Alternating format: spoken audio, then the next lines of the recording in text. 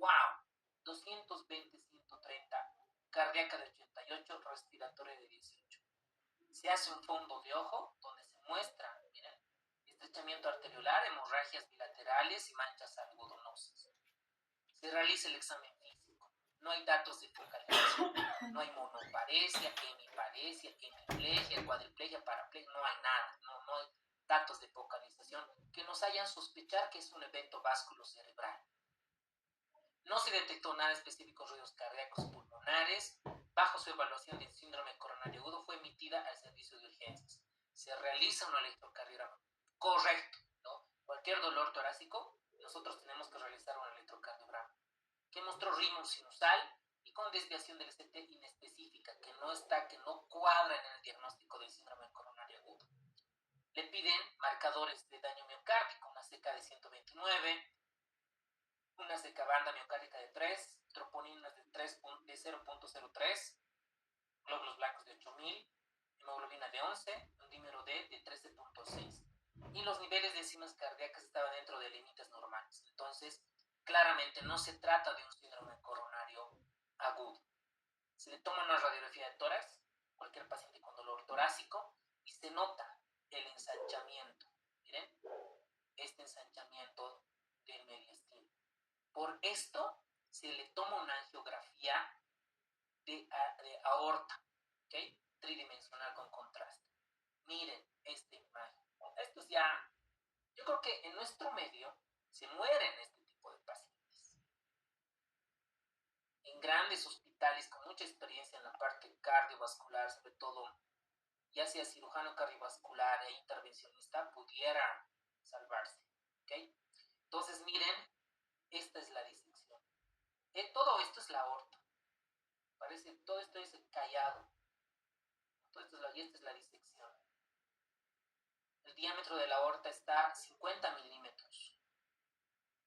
Entonces, inmediatamente se contacta a cirugía cardiovascular para que haga el reemplazo de toda la aorta por endoprótesis y entra en un contexto de diagnóstico de síndrome aórtico agudo.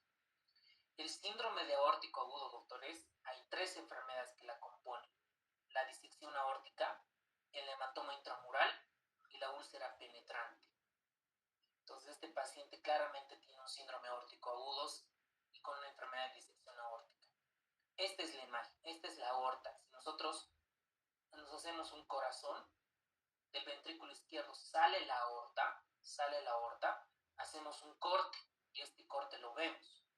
La disección, miren cómo el endotelio se parte y se va disecando, ¿no? Y entra un poco de sangre acá, disección aórtica.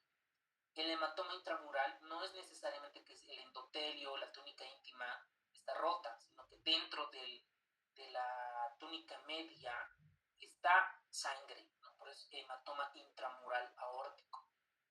Y la otra es la úlcera penetrante, que donde está ya rota la túnica íntima y va afectando poco a poco la túnica media, puede llegar a la túnica ventrícula. Entonces, lo más frecuente es la disección aórtica. Entonces, aquí tenemos el aneurisma de aorta torácica y el aneurisma de aorta abdominal. Esto no es necesario que memoricen, no es parte del tema, pero hay ciertas diferencias que las tenemos que tener en cuenta, como por ejemplo los signos y síntomas. Si es un aneurisma de aorta torácica, en la fase de rotura hay hipotensión, shock hemorrágico, que puede llegar a hemoptisis. Mientras si es de aorta abdominal, existe dolor intenso, hipotensión y un pulso rápido en este tipo de pacientes. Aquí tenemos tomográficamente los síndromes aórticos agudos. Esta es una disección. Miren, aquí se nota la línea claramente, cómo se está disecando. El hematoma intramural. Aquí tiene, miren, el hematoma intramural. La úlcera penetrante aórtica. El pseudoaneurisma aórtico. Y la lesión traumática aórtica, que esto se ve en los accidentes de moto, automovilístico. Aquí tenemos la clasificación de los síndromes aórticos, Sanford A, Sanford B, Baker y otros. No lo vamos a profundizar esto. Entonces, el paciente presenta fibrilación auricular postoperatorio que se manejó con infusión de amiodarona, se recuperó, entró a cirugía cardiovascular, anestesiología cardiovascular, y fue dada de alta a los 18 días de la operación con seguimiento a corto plazo en la consulta externa por cirugía cardiovascular. Preguntas. ¿Qué es crisis hipertensiva antiguamente? ¿Cuál es la diferencia entre emergencia y urgencia? Esto ya la tienen clara. ¿Cómo se maneja? ¿Cuáles son las causas de las crisis hipertensivas? ¿Qué características tiene hipertensión maligna? Esto sí está en el libro de Harrison. ¿Ok? Esta hipertensión maligna es lo que tendrían que dominar a profundidad. Esto está en Harrison. ¿Ok? ¿Y cuál es el diagnóstico y el manejo del caso clínico? Esto ya la tienen clara. Crisis hipertensiva antiguamente manejaban este punto de corte, más de 180, 110 o 120 milímetros de mercurio. ¿Okay? Para la actualidad, dentro de los 3 diagnósticos del AHA, ¿dentro de qué diagnóstico entraría esto? Presión arterial marcadamente elevada. Exacto, muy bien. Marcadamente elevada. Eso sería nuestro diagnóstico actual. Emergencia es cuando hay daño a órgano blanco. ¿Y cuáles son nuestro órgano blanco? Cerebro, corazón, arterias, riñones y retina. Estos son los órganos blancos. Y la urgencia es cuando hay esta presión arterial, pero no hay daño a órgano blanco. ¿Okay? Esto sí entra. Esto está en el libro de Harrison, hipertensión maligna. La hipertensión maligna no hay un punto de corte, pero dicen que comúnmente la presión arterial está más de 200, 120. Y esto tienen que memorizar, doctores, hacerse o realizarse un dibujo en su resumen.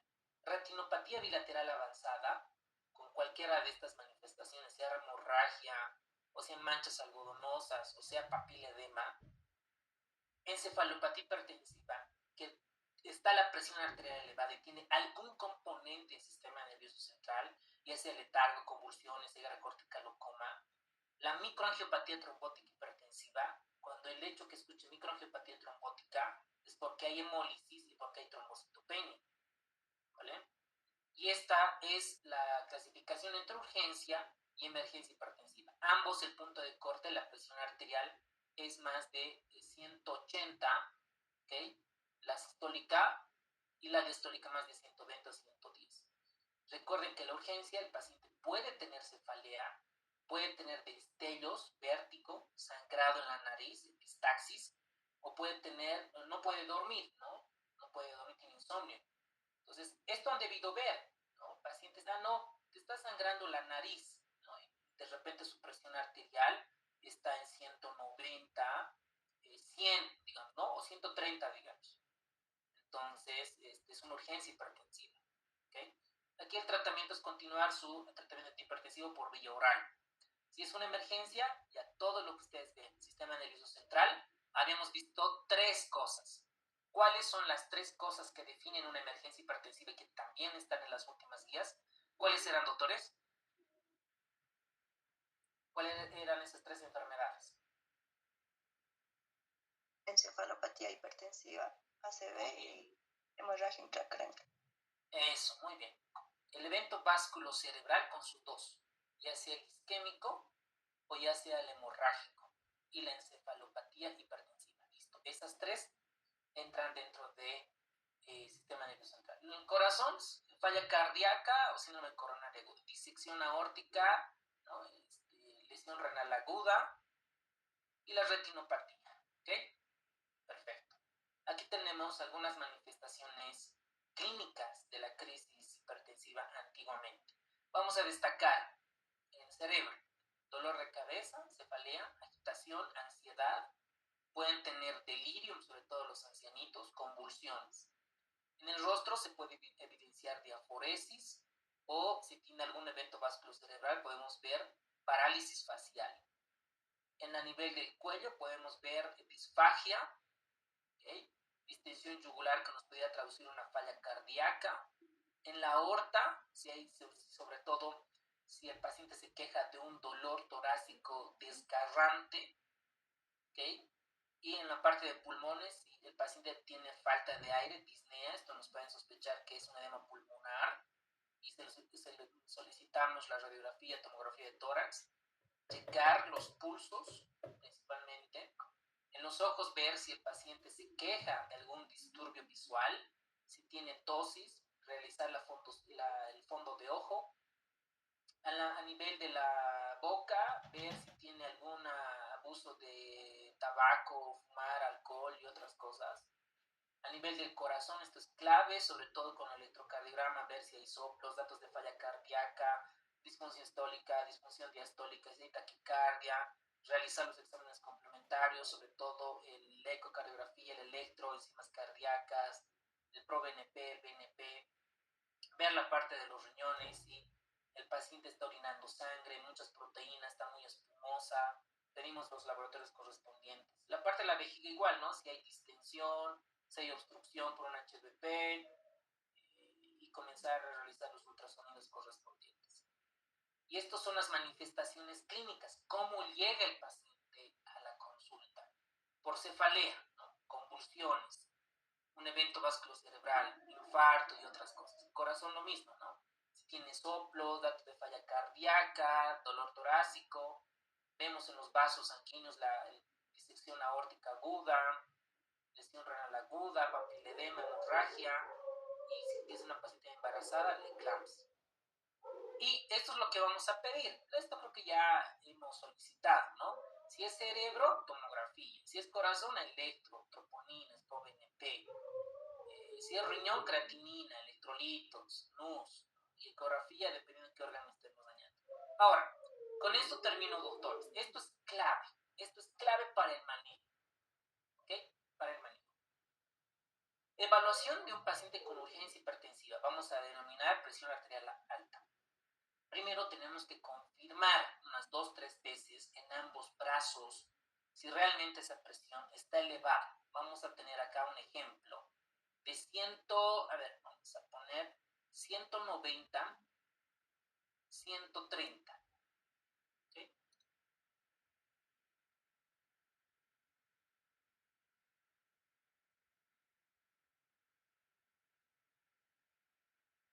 ...190, 130. Por eso llega el paciente con esta presión arterial. Entonces, cuando llega con esta presión arterial, confirmamos y realmente en el otro brazo igual está 192 y 132. Confirmamos. ¿Qué hacemos? Buscamos daño a órgano diana con todos los laboratorios, exámenes complementarios que vamos a solicitar. ¿Qué tenemos que hacer? Se debe reducir la presión arterial de horas a días en un paciente con presión arterial elevada, asintomática, vamos a poner acá, elevada, asintomática por supuesto, y otra marcadamente elevada, ¿ok? También está asintomática. Entonces nuestro objetivo va a ser reducir a esto, 160-100, ese va a ser nuestro objetivo. Esta PAM no debe reducirse más de un 25 a 30% durante las primeras 2 a 4 horas. Esto normalmente suele pasar así. No sé cuál fue su experiencia de ustedes, pero esto deberíamos reducir. 160 a 110. De horas a días. Y a largo plazo la presión arterial se debe reducir aún más, dependiendo la comorbilidad. Por ejemplo, en pacientes diabéticos es menos de 130-80. ¿Ok? Y dependiendo de los otros escenarios clínicos. Ahora, ¿cómo vamos a hacer el manejo? Confirmamos la presión, buscamos daño a órgano diana, esto ya vimos, ¿no? Si es cerebro, tomografía simple de cerebro. Si es corazón, un electrocardiograma, troponinas, ProBNP, creatinina, fondo de ojo, hemograma, etc. ¿Vale? Y la reducción de la presión arterial debe ser en horas. Hay ciertos enfermedades que se deben de reducir de manera abrupta. Por ejemplo, en pacientes con disección aórtica, en aneurismas aórticos, aneurismas intracraneales. Eso se debe reducir en horas. ¿Ok? Ahora, reducir la presión arterial rápido, habíamos comentado y claramente lo dice el artículo, le sometemos a factor de riesgo al paciente. infarto, lesión renal aguda, accidente cerebrovascular, ¿ok? Que antes, cuando yo era internito, mis profesores les daban nifedipino sublingual, ¿ok? No, eran capísimos. Aquí una presión arterial de 180 100, listo, tómese un nifedipino sublingual, le va a bajar la presión. Pero se imaginan el riesgo que le estaban sometiendo, es terrible. Entonces, ojo con eso de la presión del antihipertensivo sublingual, ¿ok? Ahora, simplemente la presión arterial se debe bajar en horas, esto para el examen solamente en disección aórtica. Después están los otros, los aneurismas aórticos, aneurismas intracraneales y demás. La presión arterial en días es sobre todo la mayoría de nuestros pacientes que están mal controlados o son irregulares con su presión arterial, ya sea por la crisis que estamos viviendo y que vamos a salir, o para los pacientes con presión arterial no controladas. ¿Ok? Muy bien. Ahora vamos a lo más bonito, a los pacientes graves, ¿no? Que depende de ustedes. Vamos a ver que estas emergencias, ¿ok? Está más de 180, 120. ¿Okay? O en el artículo las presiones elevadas, marcadamente elevadas. Le pedimos, le evaluamos al paciente, neuro, cardio, pulmón, riñón, todo lo que nos corresponde. ¿Y qué exámenes vamos a solicitar? Dependiendo qué clínica voy a encontrar y voy a solicitar. Si el paciente tiene una focalización, le pediré una tomografía simple de cerebro, ¿verdad? Si el paciente se queja de dolor torácico, le pediré el electrocardiograma, una radiografía de tórax, una angiotomografía, dependiendo que esté sospechando. Si el paciente está hemolizando, le pediré la aptoglobina, la creatinina, los electrolitos y otros componentes. ¿Ok? Entonces, atentos con esto, doctores. Para la mayor parte de las emergencias hipertensivas, la presión arterial debo bajar de 10 a 20% en la primera hora. ¿Ok? Por ejemplo, si yo tengo una presión arterial de 200 y 140, en la primera hora, ¿cuánto tendría que bajar? Vamos a poner un promedio acá, 15% vamos a bajar. ¿Cuánto debería de bajar entonces, doctores? A ver, saquen vamos a disminuir el 15%. O sea, hagan una regla de 3. A ver, veamos primero por la sistólica. ¿Cuánto le sale? 30. Si 200 es el 100%, 15%, ¿cuánto le sale? 30. 30. Entonces, eso, muy bien. Entonces, a la primera hora, mi presión arterial debería estar 170, la sistólica. La diastólica, ¿cuánto le sale, doctores? ¿Cuánto tenemos que disminuir? 21. 21, doctor. Ok, entonces sería 140 menos 21, ¿sí, no? 119. Excelente. 119. Eso, doctores. Así, una tablita nosotros hacemos, ¿no? 170, 119 la primera hora, para la mayoría. Y después, ¿no? Para las siguientes 23 horas, vamos a disminuir la presión arterial entre 5 al 15%. Le vamos a poner un promedio de 10. A esta presión, le vamos a quitar el 10%. Entonces, ¿cuánto sería nuestro objetivo, doctores? ¿Cuánto es el 10% de 170? 17. Ya, 170 menos 17. 153. Eso, muy bien. 153, y la diastólica, ¿cuánto sale? ¿Cuánto es el 10% de 119? 11.9 redondeado a 12. Ya, 12. Era 12. Ya, muy bien, doctor. 107, listo. Este va a ser nuestro objetivo. ¿Ok? Ahí lo vamos a manejar. Entonces dice, la presión arterial objetivo debería estar en menos 180, 120 durante la primera hora, que sí cuadra con lo que hemos sacado. Y menos de 160, 110 durante las 23 horas, también cuadra, ¿no? Ambos cuadran. Estos datos son clave. Ahora, esto es en la mayoría de las emergencias hipertensivas. Ahora, en la experiencia que yo les comento, la mayoría de las emergencias hipertensivas, dos cosas, ¿es neuro o es cardio? Rara vez he visto renal. ¿Es neuro o es cardio en la práctica diaria? ¿Ok? Y una de las causas más frecuentes de emergencia hipertensiva es el ABC isquémico. Y el manejo de la presión es diferente. ¿Ok? Un paciente que llega con hemiparesia, hemiplegia, le haces una tomografía y evidencias esto, ¿no? Tiene un infarto cerebral, un ABC isquémico, estos pacientes, la mayoría, va a tener una presión arterial elevada. ¿Por qué?